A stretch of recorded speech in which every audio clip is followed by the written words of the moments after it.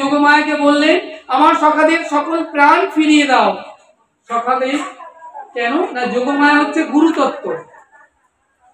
তাহলে গুরুত্বে গোবিন্দ ভজে সেই পাপী নরকে মজে। গুরুদেব যাকে কৃপা করে নাই তাকে কিন্তু ভগবান কখনো কৃপা করেন না, কখনো কৃপা করেন না। এক রাজার একটা ছোট্ট করে একটু দৃষ্টান্ত দিই, তারপরে ভাগবতের বিশ্রাম দিয়ে দেবো। একটা রাজা তার একটা সোনার খাঁচা একটা টিয়া পাখি পুষতেন। তাকে ছোলা জল দিতেন, পাকা পেয়ারা দিতেন, খুব যত্ন করতেন। তো রাজা মহাশয়ের পিতৃদেব মারা গিয়েছেন। এখন কেউ যখন মারা যায় অর্থাৎ দেহ ছেড়ে চলে যায়, গয়াধামে পিণ্ডদান করতে হয় আত্মার উদ্ধারের কারণে, আর না হলে ভাগবতের আসর দিতে হয়। কেউ মারা যাওয়ার পর, শরীর ছেড়ে চলে যাওয়ার পর যদি গিয়ে ভাগবত কথা দাও তাহলে তার আত্মার উদ্ধার হয়। তাহলে ভাগবতে গোকর্ণ অধ্যায় যারা শ্রবণ করেছো তারা জানো। আজকে কি হচ্ছে, রাজামশাই পিতৃদেব মারা গিয়েছেন, দেহ ছেড়ে চলে গিয়েছেন, ভাগবতের আসর হচ্ছে। তো যিনি এসেছেন আচার্য, ভাগবত বক্তাকে বলা হয় আচার্য। তো তিনি কথা বলতে এসেছেন ভাগবত কথা। এখন তিনি ভাগবত কথা বলতে এসে এক জায়গায় বলছেন যে একবার কৃষ্ণ নামে যত পাপ হরে, পাতকের সাধ্য নাই তত পাপ করে। হেন কৃষ্ণ নাম যদি লয় সে বহুবার, তাহলে তার কি হয় না, এই সকলের সকল বন্ধন ঘুচে গিয়ে সে গৌর গোবিন্দ চরণ দুটি পায়। উনি যেরকম বললেন, খাঁচায় বসে থাকা টিয়া পাখি বলছেন যে না না, তুমি ভুল বলছো, তুমি ভুল বলছো, তোমার কথা ঠিক নয়, ঠিক নয়। আচার্য ওই খাঁচার মধ্যে, সোনার খাঁচায় থাকা টিয়া পাখির কাছে বললেন ভক্ত দাস, তুমি আমার কথাকে ভুল বললে কেন? কেন ভুল বললে? বললেন আপনি বললেন একবার কৃষ্ণ নামে যত পাপ হরে, পাতকের সাধ্য নাই তত পাপ করে। তুমি সারা জীবন ধরে যত পাপ করেছো, একবার যদি কৃষ্ণ নাম করো তাহলে সব পাপ থেকে মুক্ত হয়ে যাবে। তাহলে হেন নাম যদি তুমি করো বারবার, সকল ভববন্ধন ঘুচে পেয়ে যাবে গৌর গোবিন্দ পদ। তাহলে এখানে ভুল কোথায়? বললেন আমি খাঁচায় বসে 12 বছর ধরে রাধে কৃষ্ণ বলছি। টিয়া মায়না কি বলে? রাধে কৃষ্ণ। যা শেখাবে বলি তাই বলবে, রাধে কৃষ্ণ বলছি। কিন্তু আমি আজ পর্যন্ত খাঁচার দরজাও খোলে নাই, আমি মুক্ত হই নাই। তাহলে তোমার কথা কি করে ঠিক হলো? একবার নামে যদি মুক্ত হয়ে যেত, আমি 12 বছর ধরে খাঁচাতে বসে আছি, নাম করছি। অমনি আচার্যদেব মহারাজকে ডেকে বলেন, মহারাজ আমাকে এই ভাগবত প্রণামী দিতে হবে না। কারণ হরিকথা শুনলে যেমন প্রণামী দিতে হয় গোবিন্দ সেবায়, যারা হরিকথা শুনছো জেনে রেখো, তাদেরও প্রণামী দিতে হয়। 16 আনা না দিলে হরিকথা শোনার সার্থকতা হয় না। তুমি যেটা কিছু পাচ্ছ জীবনের পারমার্থিক, তাহলে তোমাকে কিছু দিতে হবে গোবিন্দ সেবায়, এটা হচ্ছে নিয়ম। তাহলে আজকে বলেন মহারাজ আমাকে প্রণামী দিতে হবে না। টিয়া পাখিকে খাঁচার দরজা খুলে দিন। টিয়া পাখিকে যেই খাঁচার দরজা খুলে দেওয়া হলো, টিয়া পাখি উড়ে যেতে যেতে বলছে 12 বছর ধরে খাঁচায় বসে, সোনার খাঁচায় রাধে কৃষ্ণ বলে যে কাজ হয়নি, ক্ষণিকের সৎসঙ্গে সাধু সঙ্গে, দেখো আজ আমি মুক্ত বিহঙ্গের মতো হয়ে গেলাম। তাই যেতে বলছে সাধু সঙ্গ সর্বশাস্ত্রে কয়, লভ পাত্র সাধু সঙ্গে সর্বসিদ্ধি হয়।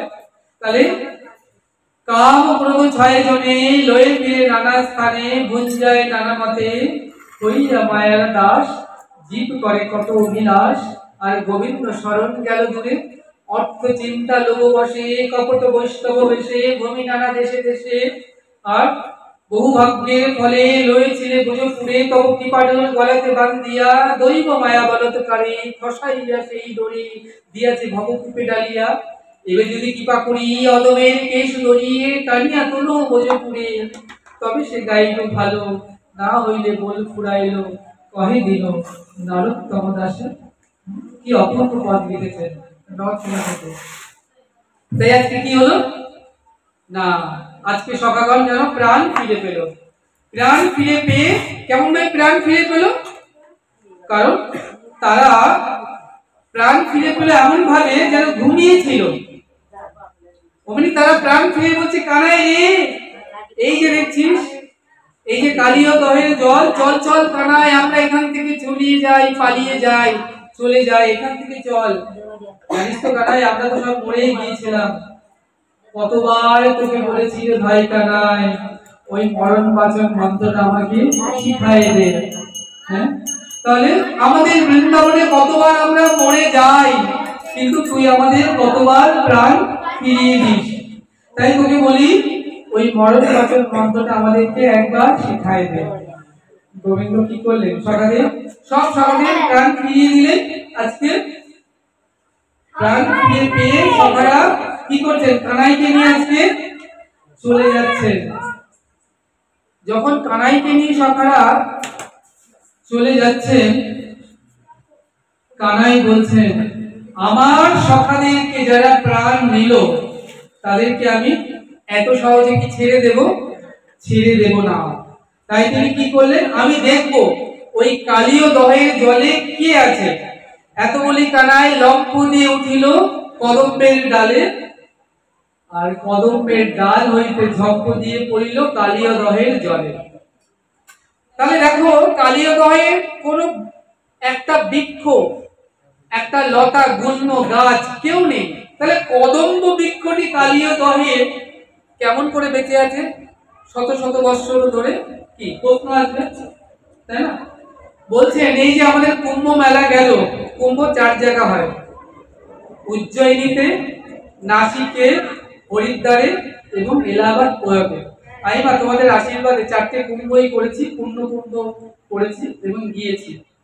হ্যাঁ, তো এবারে গিয়েছিলাম 27 দিনের জন্য। যখন মকর সংক্রান্তি 13 তারিখে রওনা হয়ে গিয়েছিলাম এবং বিষ্ণু ঘাটে এবং ব্রহ্মকুণ্ডে সরোবরে স্নান করতে পেরেছি তোমাদের সকলে সাধুগুরু বৈষ্ণবের কৃপায়। তো যাই হোক, এই যে 4 জায়গায় কুম্ভ হয়, তাহলে কোথায় হয়? নাসিকে, উজ্জয়িনীতে, হরিদ্বারে আর এলাহাবাদ সংগমে, প্রয়াগে, অর্থাৎ গঙ্গা, যমুনা, সরস্বতী। সরস্বতী অন্তঃসলীলা, গঙ্গা যমুনাকে দেখা যায়। মায়াপুরে এলেও তোমরা দেখতে পাবে নীল জল আর ঘোলা জল একসঙ্গে মিশছে না, তাই না? তাহলে আজকে কি হচ্ছে? তাহলে যখন নাকি সেই গরুর চন্দ্রলোক থেকে অমৃত কলসি নিয়ে আসছিলেন, তখন বৃন্দাবনে একবার অর্ধকুম্ভ হয়েছিল। তাহলে অর্ধকুম্ভ কতদিনে হয়? 6 বছরে। 12 বছরে হয় পূর্ণ কুম্ভ, হ্যাঁ, আর 128 বছরে হয় মহাকুম্ভ। তাহলে অর্ধকুম্ভ হয়েছিল 6 বছরে বৃন্দাবনে। তখন কি হয়েছিল? গরু যেতে যেতে তিনি কি করলেন? তৃষ্ণার্ত হয়েছেন। এই কদম্ব ডালে অমৃত কলসিটা রেখে তিনি গিয়েছিলেন যমুনায় জল পান করতে। আর এই অমৃত কলসের পরশে কদম্ব বৃক্ষটি অমরত্ব লাভ করেছে। আজও আছে, তোমরা যদি যাও যমুনা প্লেনে, সেই বংশী বট, সেই বট যারা বৃন্দাবনে যাবে যমুনা প্লেনে, সেই বট আজও দেখতে পাবে, তাই না?